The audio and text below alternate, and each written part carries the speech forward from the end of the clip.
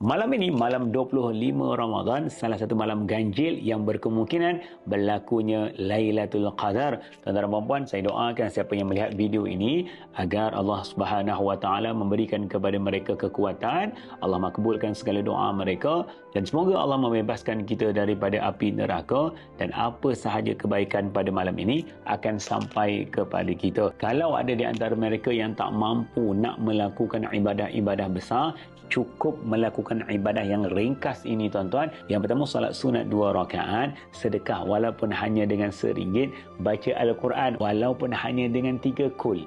Yang keempat, berdoa dengan doa yang sangat ringkas, Ya Allah, mohon ampunkan kami kerana Engkau Maha Pengampun. Tuan-tuan, seringkas itu lakukan pada malam ini kerana malam ini salah satu malam yang mana Allah mengangkat kedudukannya sangat-sangat tinggi. Salam malam 25 Ramadan. Saya sebarkan agar tidak ada yang terlepas daripada malam ganjil ketiga 10 Ramadan yang terakhir. Moga Allah mudahkan segala urusan. Alhamdulillah. Jom, terima kasih kepada Allah.